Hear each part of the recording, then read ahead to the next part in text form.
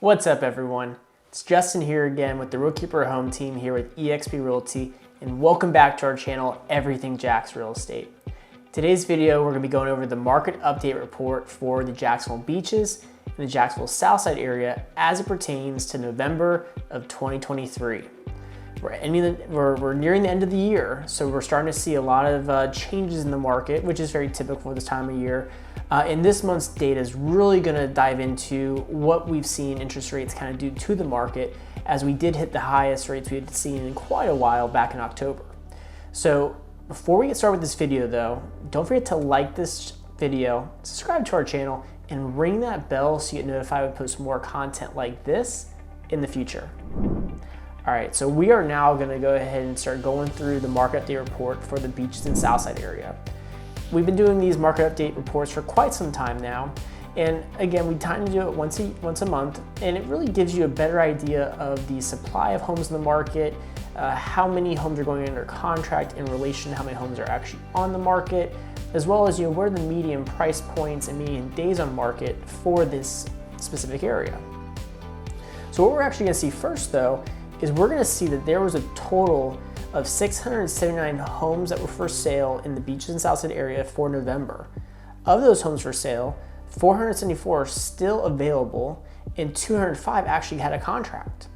So that actually gave us a pen to list ratio of 30.2%, which is less than we saw last month. And so ultimately what that's telling us is we are starting to see either more homes on the market, or we're starting to see less homes going under contract in relation to the homes in the market. What this means for you as a seller is it means that the lower this percentage is, the more competition you may have to sell. And for you as a buyer, it may mean that you may have a little less competition on your side of things, so you can negotiate a little bit more. Overall, the market is still being described as mildly active, which has really been the case for quite some time now. So we're not seeing a huge change as far as current inventory for current market trends as far as activity. What we are seeing is we are also seeing that the median list price of homes was actually $613,000. And we noticed that the homes with the really large amount of inventory were homes between $400,000 and $600,000, which means that for the overall median to be 613, means that there has to be more homes above 6 than below 6. And therefore, even though the majority of homes between 400,000 and 600,000, as far as the biggest grouping of homes, there are also a lot of other price points above that overall have more, just not individually more. But it is good to know, 613,000 is relatively, I want to say it's a little bit higher than it was last month, which is still pretty typical for what we're seeing.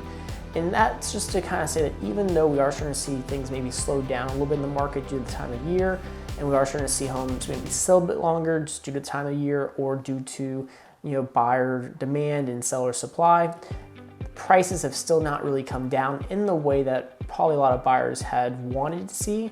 And ultimately we may actually be kind of towards the end of that. So we'll have to see as we go into future months how all that stacks up as far as the price goes. Do we see it continue to go down, or do we see it start to go up? So we're going to look at this graph here, and this graph is going to measure the amount of homes that are on the market, and it's going to measure the amount of homes that are pending. Again, the same kind of data that we use to figure out the pen to list ratio. What it's going to measure, it's going to measure the difference between those two numbers. And you may ask yourself, why is that important? Well, it's important because the further those two lines separate from each other, the more power you may have as a buyer to buy and negotiate. And the closer they are together, the more power you may have as a seller to not have to negotiate and get the price and terms that you want. And ultimately, when we were in the market of 2021 and early 2022, you saw these two lines really close together, and at times you actually saw more pendings than you did see homes actually for sale. So having a little bit more of a difference here now is actually a good thing for buyers. For sellers, your house will still sell, but it means you may have a little more competition and you may not be able to dictate how the home may be negotiated. Or in some cases, back in 2021, no negotiating needed at all. Now, we also can look at this here, and it'll show us that we had a total of 1,143 homes that closed in the last 6 months. The median sold price of those closed was $480,000, which was more than we had in October. What that tells us is as we keep doing these market updates, you're going to notice that obviously we do month after month after month, and each month you're going to see the fact that we're still seeing an increase in pricing. So it's good to kind of take into account, because even to have increased pricing with the way the market is currently shows that demand for this area is still very high in relation to some other areas in Jacksonville. We also noticed that the homes between the $200,000 and $400,000 price range had the highest number of sold listings. Again, that's very common because of the fact that this area is so heavily demanded that if you can find a home between $200,000 and $400,000 in this price range, in this location, it's gonna go fast. And the majority of homes that are gonna hit the market are gonna sell, and that's what that shows us. We also saw that a total of 275 listings failed to sell. Now this is actually, I believe, a little bit less than we had in the previous month, and it just goes to show that homes are not always going to sell. You are going to have some that fail to sell, and it could be for varying reasons. It could be price, it could be condition, it could be the realtor potentially marketing it maybe not as good as they could have. It can also just mean the seller chose not to sell, and so it's good to kind of highlight that, to know that, you know, are we seeing more homes not selling versus previous months, or are we seeing less homes not selling versus previous months? Because it does kind of give you an idea as far as where the market's going if you start seeing more and more homes fail to sell. But with the fact that we're seeing it go down, could mean that, you know, more homes are obviously just selling, you know, more buyers are, you know, going after the ones that are in the market. It could also mean that some sellers who would have a house that failed to sell maybe either still has on the market or they were put in the market to begin with. So the ones that are in the market are pretty, you know, solid homes, and homes that will get offers with time. Now, the next thing we're going to look at is we're going to look at median days on market. Now, median days on market is a very good statistic to look at, very good data point to look at, because it really tells us not just, okay, is the house priced high, priced low, like what's happening with the values in the area, but it also tells us, okay, what's happening with how quickly homes are selling in the area. And sometimes the time it takes for a home to sell does play a role in what the homes are valued out, not just in the present, but also in the future. Because again, if homes are selling more quickly, sellers sometimes will raise their price a little bit quicker or higher, because they know that their home will sell quicker. And so even if they had to do a reduction, they still could and still, you know, be under that median days on market.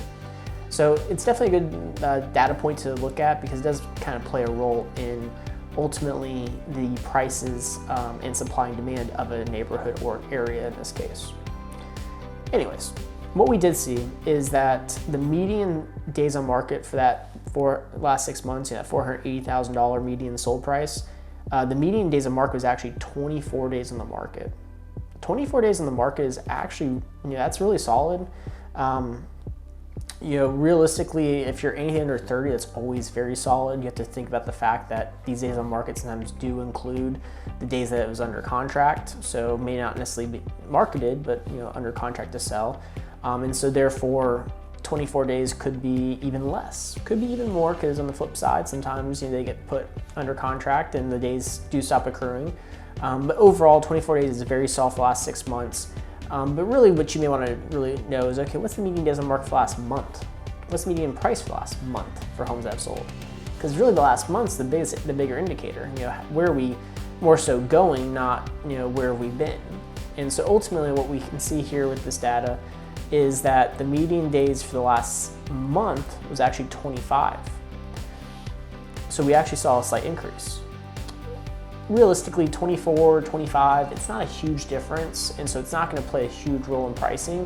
But what it does show is that even though rates have increased over the last couple months and even reached their highest point that they've reached in quite a long time, we're still seeing overall days on market still relatively the same, and we're seeing price in this case, $505,000 median price for homes sold in the last 30 days, higher than the last six months. You know, 180 days. And so ultimately, even though rates have gone up, we are still seeing prices go up, with days on market not necessarily going up at a pace that will cause prices to come down for the Beaches Southside area. Now, is this the case across all of Jacksonville? You can always look at some other videos to kind of, you know, see where those fall in line, but overall, probably not across the board. Beaches Southside is a very popular pocket of Jacksonville for Duval County, and so that's probably why they've been a little bit more protected as far as their values are concerned, as far as their days on market is concerned. Now we also saw here the median listed sales ratio for the area was 98.5%. That just means that sellers are getting 98.5% of what they're listing it for. It's very, very positive if you're a seller. And so realistically, that's a great percentage for sellers.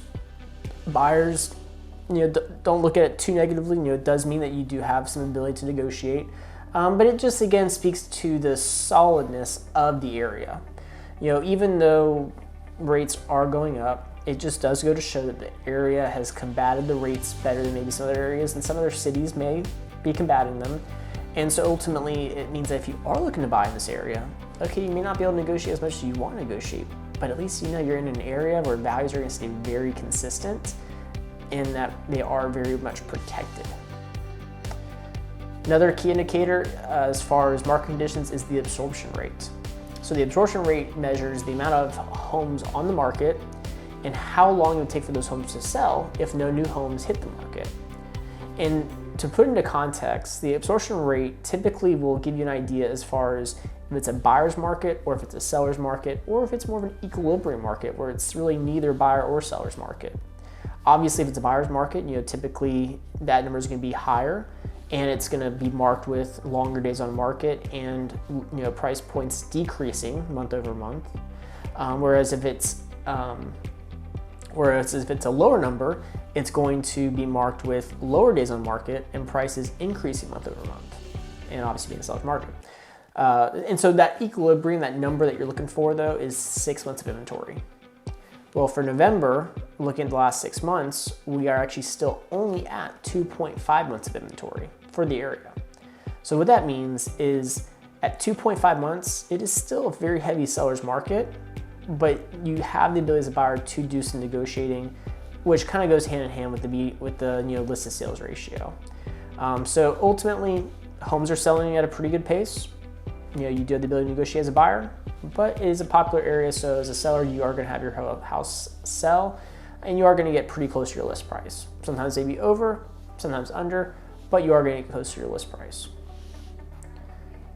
So next, we're going to look at median sold price and median days on market. Now this is going to look at December as well. So December is more of a metric that gets put in there. Don't worry too much about it because obviously it doesn't really take too much of the data in for December because we're, as this video is being recorded, there's only a couple days into December so far.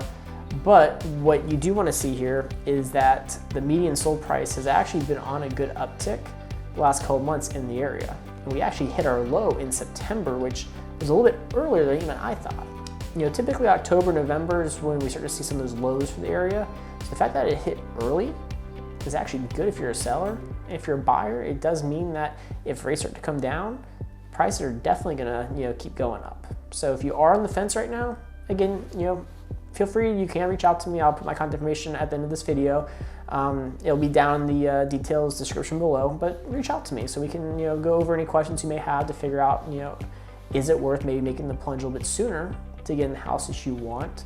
And there's some different solutions that we can go over to combat rates, combat closing costs that might be needed. So overall, definitely reach out to me for that. But ultimately, it does mean that as we get into the first quarter of 2024, we probably will see some pretty good price increases because of the fact that there is potential to see some reductions in interest rates. So those two things do kind of go hand in hand. So as interest rates, may start coming down, it may be too soon to tell, but we'll see how it comes out. It will cause prices to go up, without a doubt. Now, median days on market, you'll see have been pretty consistent. So obviously for the last 6 months, we're at 24 days. For the last month, we're at 25 days or so. And so realistically, it's been pretty consistent over the last few months as far as days on market are concerned. Now, this specific section of the video is really dedicated to looking at each individual price range and what the absorption rate is for that price range. Because again, when I go over, it's 2.5 months of inventory for the area.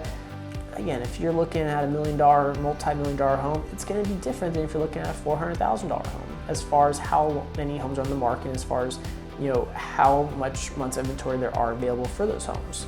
And ultimately what we can see is when you see these reds and oranges here, what that really tells us is it's very much still a seller's market. Whereas when you get to the bottom here at the multi-million-dollar price point, you actually see these greens, which means that it's very heavily a buyer's market. So again, different price points, you have different levels of negotiating power. If you have the ability, $2 million, $3 million home, you do have a little bit more negotiating power. But what I really like to use this table for is to really show that across the board, it's very heavily still a seller's market, or it's somewhat a seller's market. But no matter what, we are still in a seller's market.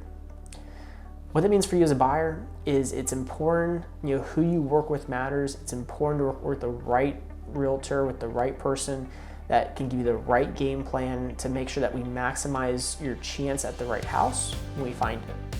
Because ultimately, you never know when you're gonna find the right house. And it's one of those things like, even if you're looking, it may be that that house hits the next day, even if you just started looking. And so sometimes, it's the first house, it might be the right house for you. But at the same time, if it's not, it could take a handful of houses to find the right one. But again, who you work with matters to help you find it. If you're a seller, it still is important to work with the right realtor to make sure that your house is marketed properly, because ultimately, homes do still fail to sell, even in an area like this that's very popular.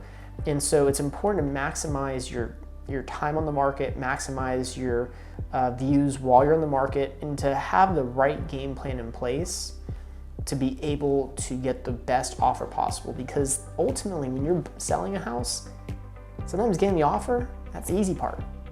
But maximizing that offer, making sure you're working with the right realtor on the other side, making sure that you take the right buyer is important, because ultimately, there's always a lot of pitfalls that can occur once you go under contract. So the best time to be able to handle all that is prior to taking that contract and that offer. So that's gonna wrap up the market update for the Jacksonville Beaches and Jacksonville Southside for November of 2023. If you have any questions, my contact information will be down below. Feel free to reach out to me. You can even schedule a time on my Calendly. I'll have the link in the description.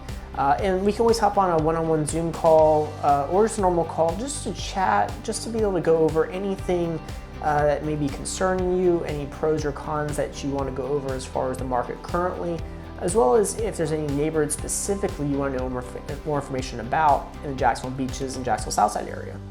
Always happy to chat, want to help answer any questions I can. I want to be there with you through the journey, so that way we find the right house, and so that way that you and your family have the best house possible for not just your immediate future, but also your long-term future. Also, as I mentioned at the beginning of the video, please, if you're still here, feel free to like this video, subscribe to our channel, and ring that bell so you get notified when we post more content like this. That's one thing we do, is we love to provide value. We want to provide even more value. And so your subscribing to our channel goes a long way towards that. All right, till next time, I'll see you guys on the next video.